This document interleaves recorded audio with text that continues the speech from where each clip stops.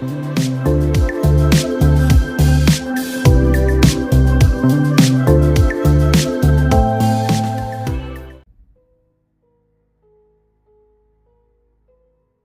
everyone. There will be links and timestamps in the description as usual. And this time I wanted to get into a little bit of a longer preamble. I wanted to apologize ahead of time if any of my videos seem disjointed or if the audio has any quirks. Currently I am doing everything from my Xbox and my cell phone. So the video is kind of disjointed. I'm only able to record for 4 minutes at a time. And I don't have a microphone or anything. Hopefully in the future I'll be able to invest in getting some better stuff. But for now, what I'm trying to do specifically with the lore videos is just kind of build up a library of lore information that people can listen to maybe while they're playing the games. Kind of like what one of my favorite channels, Gilder Thalin, has done for the Dragon Age series. I can play the game and throw on some of her videos and just listen to some of the deeper lore without having to stop and read a bunch of codex entries in the game or leave the game entirely and go look a bunch of stuff up. I can kind of just absorb that stuff passively. And of course, I also provide the links in the description in case you want to go and look it up for yourself, or if you hear something, you can go into one of those links and look and see if there's even a deeper link that leads to something else you heard me talking about. And all the references and stuff are provided. And I really hope that you guys enjoy this, and I hope that you have fun looking into some of the lore more. And now I will be going into the topic of this video, the Ehlnofey and the Magna Ge, plus another relevant topic. So, I'm going to begin with the Ehlnofey, who seem to actually have a pretty good sized amount of information written up for them. I actually kind of underestimated how much information they would have available on them compared to the other two topics that I covered. Before man came to rule Tamriel, and before the chronicles of the historians recorded the affairs of the rulers of Tamriel, the events of our world are known only through myths and legend, and through the divinely inspired teachings of the 9 divines. For convenience, historians divide the distant ages of prehistory into 2 broad periods of time: the Dawn Era and the Merithic Era. Excerpt from Before the Ages of Man. Ehlnofey is a somewhat versatile term that generally refers to a group of spirits believed to have been Adric and pre-convention in origin, along with the Hist. They are counted among the original inhabitants of Nirn, and are widely considered to be the progenitors of the mortal races. The word Ehlnofey translates to earthbones or earthbone in Ehlnofex. The terms earthbone and Ehlnofey are also used to denote more than one type of mythical entity. The term Ehlnofey typically refers to the spirits who became the ancestors of the many mortal races, whereas the term earthbone typically refers to the spirits who followed the example of Ifri and sacrificed themselves to form the rules of nature. The term Ehlnofey also refers to those spirits that will eventually become earthbones, such as Ifri, during the stages of their existence prior to becoming laws of nature. The nature of these spirits and the term which pertains to them can vary depending on the account given. The concept of the Ehlnofey is of paramount importance within the beliefs of the Elves, particularly the Altmer and Bosmer, where the term is used to represent their cultural understanding of the Aedra and ancestor spirits. Elven mythology says that the Ehlnofey were Aedric spirits who stayed in Nirn after Magnus and the Magna Ge departed in order to keep working on the new world so it could remain viable. From the spirits, some referred to as Earthbones at this point, are thought to have given themselves to the Mundus to fully stabilize it and form the foundation of its natural laws as the so-called bones of the earth, after the example of Ifri. Meanwhile, the others, or the Ehlnofey, are said to have not given themselves fully to the Mundus, but instead devoted themselves to the population of Nirn, becoming the original progenitors of mortal life. The many mortal races are said to have arisen from this and have taken on their current forms due to a phenomenon of gradual diminishment, with each consecutive generation becoming weaker and more removed than the last. This basis of understanding forms the original meaning of the originally Elven word Aedra, as roughly meaning ancestor, denoting those spirits and their perceived mythic genealogy. The Altmer and Bosmer also claim direct descent from Ariel, their aspect of Akatosh, as well as some form of descent from Trinimac, the greatest knight of the Ehlnofey, Ciribane, and Finister. Therefore, religious iconography often depicts the Ehlnofey as vaguely elven in shape. Just to quickly clarify, Trinimac is now Malakath, but was a wholly different being before being defeated and devoured by Boethia. He told them the truth of Lorkhan's test and defeated Ariel's champion, Trinimac. Boethia ate Trinimac and voided him. The followers of Boethia and Trinimac rubbed the soil of Trinimac upon themselves and changed their skins. Excerpt from The Anticipations. The Aedra, or Ehlnofey, are thought to have remained within the world until they vanished. They are thought to primarily reside in Aetherius, having been bound to the earth bones as the cornerstones of Mundus. The terms spokes, 8 components of chaos, lent bones of the Aedra, bones of the wheel, et auda gears, and 8 gift lambs, have also been used to refer to them in this capacity, after having transformed the framework of reality. Some sources present a more negative view of the circumstances of these spirits and their residence in Aetherius, naming Mundus their cemetery, calling them spent ghosts, or even alleging them to have died as part of the creation of the world, having quote-unquote died in pursuit of an impossible goal. Thus the Aedra are sometimes called the dead gods, or the mortal gods, sometimes disparagingly, owing to them having become bound to the laws of mortality. A direct correlation between the concepts of Ehlnofey and Aedra is not universal among all sources, though. In some accounts, the terms Ehlnofey and Earthbones are both described as referring exclusively to the early offspring of the Aedra, rather than to those spirits themselves who were told to populate the world and live on through their children, leading to the gradual emergence of the various races of man and mer. In others, the Ehlnofey are described instead as a group of beings who predate the Aedra and Daedra as survivors of a prior world fragment, which Anu used to create Nirn, where the Aedra and Daedra are formed from Anu and Padame's blood after Nirn's formation and the establishment of the Ehlnofey, with all groups distinct from the start. The concept of descent from the ancestor spirits is generally viewed as an elven conceit by the religious men, who, with the exception of Redguards, view themselves as creations of those spirits rather than their descendants.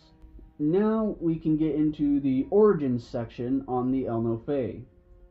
The exact nature of the Ehlnofey is a matter shrouded in substantial ambiguity. Some sources describe them as great beings which once walked Nirn, whose true origins cannot truly be determined. There are 2 major origins that are presented. One that describes the Ehlnofey as survivors of a previous world that settled Nirn after its creation, and another claiming them to be Aedric spirits who were party to Nirn's construction and chose to remain in the world they'd created to stabilize it after the departure of Magnus and the Magna Ge. The Aedric progenitors myth. Simply put, the schism in the human Aldmeri worldview is the mortal's relationship to the divine. Humans take the humble path that they were created by the immortal forces, while the Aldmer claim descent from them. It doesn't seem like much, but it is a distinction that colors the rest of their diverging mythologies. Excerpt from the Monomyth. From the Altmeri creation myth, when Magnus departed, the et auda that took part in its creation split into multiple groups. Most fled with Magnus and became the Magna Ge. However, some chose to stay and keep working on the new world in order to keep it viable. Some of those who stayed would follow the example of Ifrit, giving themselves fully to the Mundus to fully stabilize it and form the foundation of its natural law, and would from this point on be referred to as the Earthbones. The others, who would come to be known as Aedra, would choose not to give themselves fully, but to populate Nirn instead, having to make children just to last. This group of spirits would come to be known as the Ehlnofey. The offspring of these so-called Aedra would exhibit a gradual decline, each generation becoming weaker and more removed from their mythical origins. Through this generational phenomenon of diminishment, the offspring of the Ehlnofey would also differentiate. The Ehlnofey too would eventually give way for the first Aldmer to rise, while the weakest souls that resulted from it would be formed by Lorkhan into armies he named Min. Altmeri myth holds that Ariel and Lorkhan and their respective followers would then war with one another, leading to the shattering of Altmora, the Elderwood, and one of the first kingdoms established by Ariel alongside the old Ehlnofey, at Lorkhan's hands, culminating in the removal of Lorkhan's heart following his defeat. During this conflict, and prior to Lorkhan's defeat, Ariel begged Anu to take them back, but Anu refused as he'd already created something to replace them. The more merciful Anuel created Ariel's bow and Ariel's shield to be used by Ariel against Lorkhan's hordes. Now quickly, Anuel may not be a well-known term, but refers to an aspect of Anu. Here's something for that.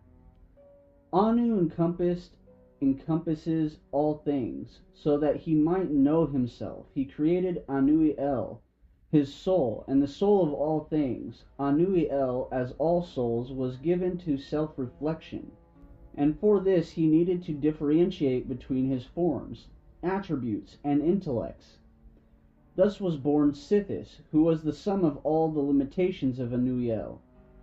Would utilize to ponder himself, Anuel, who was the soul of all things, therefore became many things, and this interplay was and is the Arbus.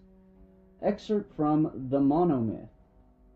Following the defeat of Lorkhan, the Aedra would convene at the Adamantine Tower in order to decide the fate of the New World. Lorkhan's heart would be removed, and the laws and roles of all spirits in the New World would be determined.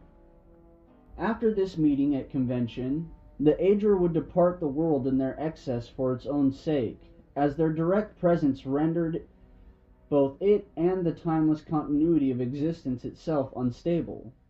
At some point following the events of this war, it is believed the Aldmer descendants of the Ehlnofey, who are described as the strongest of the lesser spirits who remained in the world after convention, left their doomed and ruined continent of Aldmeris and colonized southwest Tamriel in the Middle Merethic era, only to spend many centuries fruitlessly searching for their old homeland. Next is the survivors of the 12 worlds theory. Meanwhile, life sprang up on the 12 worlds of creation and flourished. After many ages, Padome was able to return to time. He saw creation and hated it. He swung his sword, shattering the 12 worlds in their alignment. Anu awoke and fought Padome again. The long and furious battle ended with Anu the victor. He cast aside the body of his brother, whom he believed to be dead, and attempted to save creation by forming the remnants of the 12 worlds into one, Nirn, the world of Tamriel. As he was doing so, Padome struck him through the chest with one last blow. Anu grappled with his brother and pulled them both outside of time forever. Excerpt from the Annotated Anuad. According to the Anuad, Padome shattered the previous 12 worlds, and Anu formed Nirn from their remnants, with 2 surviving races having been brought along with their respective worlds' fragments to form the new world. These surviving races were the Ehlnofey and the Hist. A group of Ehlnofey would arrive alongside a relatively intact fragment of their old world, going on to attempt to live as they had before, and becoming the progenitors of Mer. Another group, who would come to be known as the progenitors of men, would be scattered and have to find each other over time. When the wandering Ehlnofey came across the old Ehlnofey, they were overjoyed to find their kin living among the splendor of ages past, but rather than a warm welcome, the inhabitants of old Ehlnofey viewed them as degenerates, fallen and corrupted from their experiences in Nirn. In the end, for whatever reason, war broke out between old Ehlnofey, mightier but fewer, and those that wandered, weaker but more numerous and hardened by survival. This destructive war would reshape the very face of Nirn, sinking much of the land beneath new oceans, destroying much of the original realm of the Hist and creating the continents of Tamriel, Akavir, Atmora, and Yokuda. The remnants of old Ehlnofey would become Tamriel, and the wandering Ehlnofey would be scattered to the other continents. Eventually, through the passage of time, the descendants of these two factions would give rise to Men and Mer. At some point prior to their disappearance, the Ehlnofey are said to have taken on brilliant students. These students are thought to have been the Dwemer, and the events of this tutelage under the Ehlnofey are described in more detail in the full text of the Anuad myth. While this struggle occurred, the gods and demons of the world, the Aedra, Daedra, and Magna Ge, would form out of Anu and Patome's spilled blood as distinct groups from the Ehlnofey and from each other. I'll cover one more topic regarding the Ehlnofey, and that will be their legacy. On the other continents, the wandering Ehlnofey became the Min, the Nords of Atmora, the Redguards of Yokuda, and the Xarxes of Akavir. Excerpt from the Annotated Anuad. The fracturing of the Aldmer along cultural and racial lines is called the Sundering of Aldmeris, an event during which the Aldmer splintered into the groups that would become the Dwemer, Chimer, Bosmer, Falmer, Malmer of Piandonia, the Altmer, and Sinstral, or left-handed Mer, of Yokuda. The wandering Ehlnofey became the races of men, such as the Neds, the Atmorans, the Yokudans, and possibly the Xarxes of Akavir, as well as other aboriginal groups such as the Proto-Bretons. Though the Protean race is apparently gone, said by some sources to have faded away and vanished upon journeying to the last corners of the world, the Ehlnofey are not entirely forgotten. The Ehlnofey are thought to have taken on some students, such as the Dwemer, whom they passed along some of their knowledge.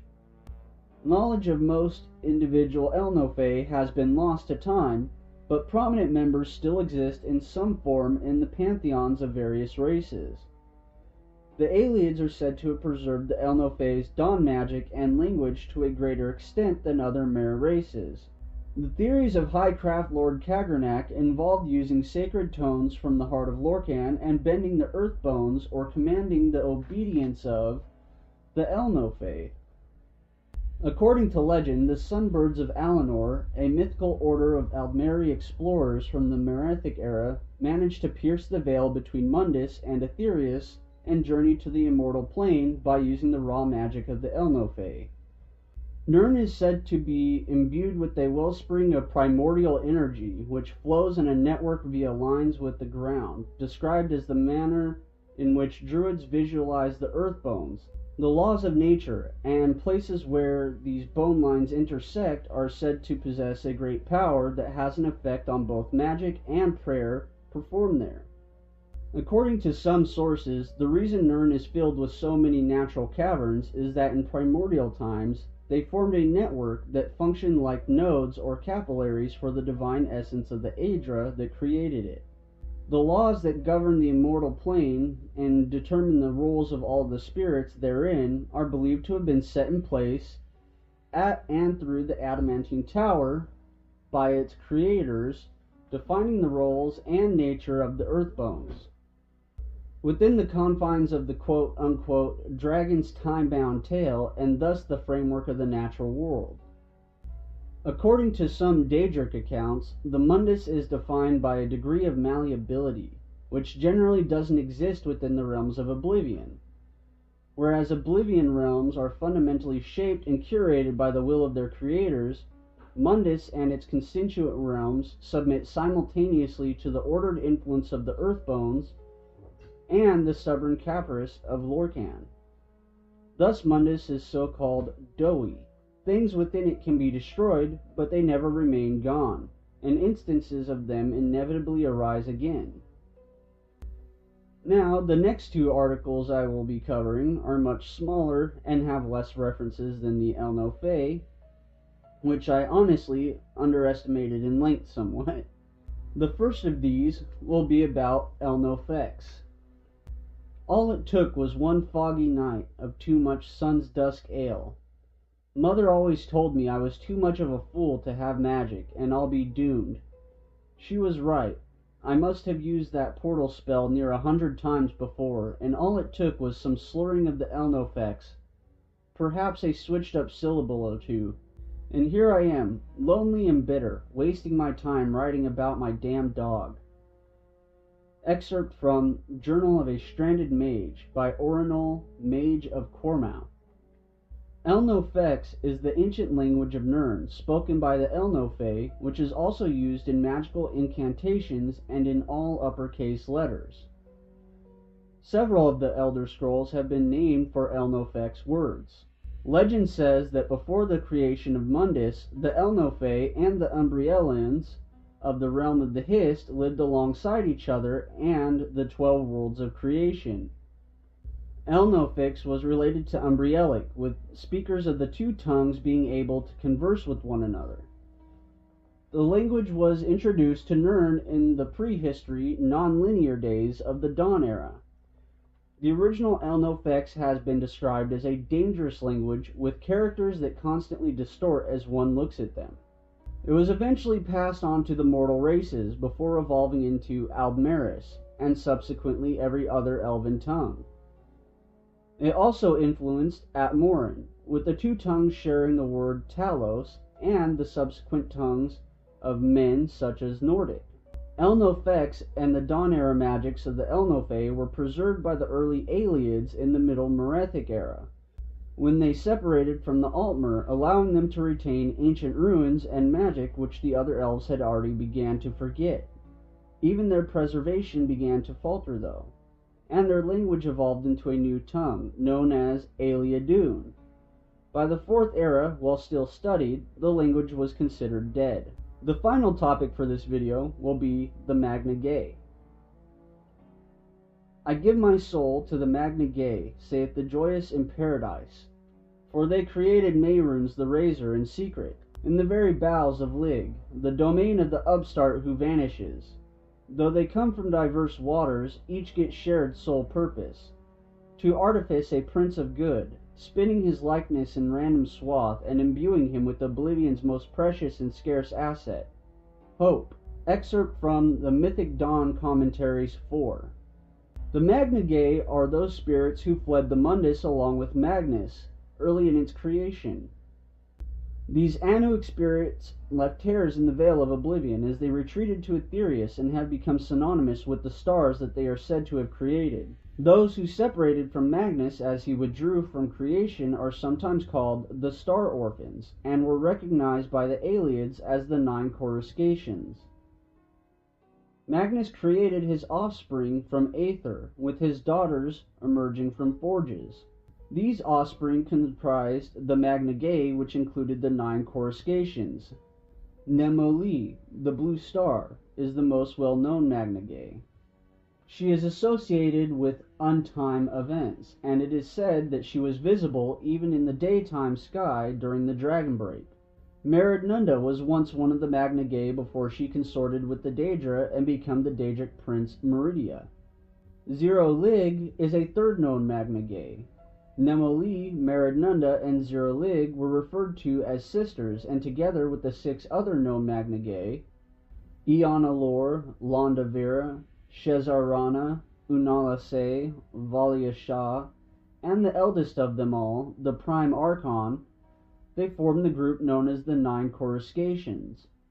A Dunmeri folktale also claims the moonlit Bardau originated as a wayward Magna Ge named Una, who came to rest above Nirn to console it after the other Magna Ge departed, but this story is uncorroborated. Oh, my mother used to tell me all kinds of bedtime tales about Baar. I doubt any of them are true. My favorite was the tale of the lonely Magna Ge. It begins at the beginning. In the story, a star orphan named Una fled into the sky with all her brothers and sisters, but got lost in the dark. She cried out for help, but one by one her stronger, faster kin fled into Aetherius. Eventually their songs faded away, and Una was left alone, adrift in the void. Just when she'd lost all hope, she heard a quiet sobbing. It was lonely Nirn, stumbling through the black, weeping like a babe and trying to lull itself to sleep. Seeing a kindred spirit, Una sailed back to Mundus to comfort the lonesome planet. She named herself Baar and nestled in close, right here above Vvardenfell. Now the Star Orphan and Nirn are never lonely because they have each other. Lovely story, isn't it? Excerpt from Testimonials on Baar. Mankar Cameron credited the Magna Ge with creating Mehrunes Dagon in the Bowels of Lig. The Order of the Walking Flames embraced the belief that Mehrunes Dagon was created by the Magna Ge to unmake the flawed creation of Mundus in accordance to Magnus's plans. To them, Mundus is a place of pain and suffering. Thus they looked to Dagon to move past their mortal perils, hoping that he would purge the impurities of existence. This contrasts with the idea of Lyrinth, who believes that when the Magna Ge fled, they spat on the conviction of the Aedra that remained to finish creating Mundus, and Dagon's emergence and sphere may be reflective of the destruction caused by their abandonment. Before being pillaged by Reachmen in Second Era 541, the Priory of the Golden Staff, a monastery dedicated to Magnus, held forbidden texts that described the Magna Ge's search for a tool that could unmake Nirn's flaws and thus restore it to Magnus's design. And this tool was said to have been Mehrunes Dagon.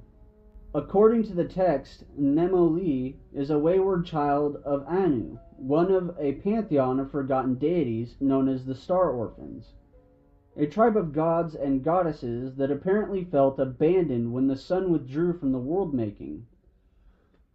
Like many of her siblings, Nemoli is both confused and delighted by the Arbis, and explores its 5 quarters as best she can without the help and regulation of worship, which are not needed, by which I mean are not always there, during breakings of the sideways wheel. An excerpt from the unofficial source, Vehk's Book of Hours. Now, I hope everyone appreciated that lore. If you'd like to see me continue doing this and even get better at it, please like and subscribe.